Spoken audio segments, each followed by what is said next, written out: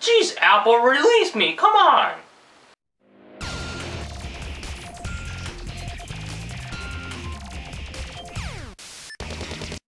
What's going on, guys? My name is Ben. How are you guys doing today? And what I have for you today in this episode of What Do I Think is I'm going to be giving out my thoughts about Apple controlling the software. They control the software, they control the software updates, they control your syncing abilities. They basically control every little part of you. So when you buy an iPhone, an iPod Touch, an iPad, or an iPod in general, or you get a Mac, a MacBook, iMac, Mac Pro, Mac Mini, MacBook Pro, doesn't matter what you get. Apple is going to control the software in some way. And here's my thoughts about Apple controlling the software.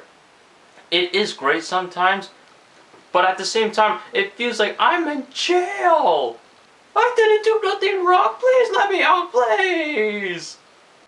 Now, in my opinion, I'm a mixture of both. I wouldn't mind Apple controlling the software, but at the same time, I would like to take control of what I do with my device. And that's what Android is. Android is basically allow you to do whatever you want. Whereas Apple to control the software, so that's why you don't see too much in their operating systems, including iOS, because the iOS operating system right now, it's pretty stale. And even though the iOS 5 came out, you know, there were some people who were still disappointed.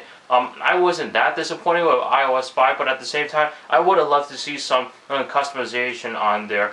Me personally, I would have just loved to drag my own music into my device itself, because using the software, like, it's so slow sometimes. Like, it's slow at transferring data because it has to back up, and then it has to sync your photos, your videos, your music, and like using a third-party software in order to get your stuff onto your darn device, it takes a while. Whereas if you just drag it, it's very fast, and then you know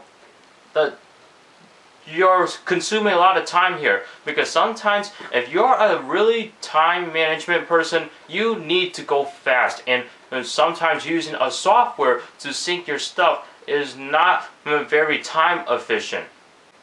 If I own a company and if I were to produce my own mobile operating system and I wanted to make sure that everything is perfect, you know, just like Apple, except make some improvements that Apple hasn't done and then make it better and actually try to change them myself, I would give users the option to use a software to sync your stuff if you want to play this and all that, or if you don't really give a crap about that, you can just plug it in and then drag your stuff, and then that's basically it. Like, I wish Apple would have put in the option to have them control the software for you, or you just do it on your own.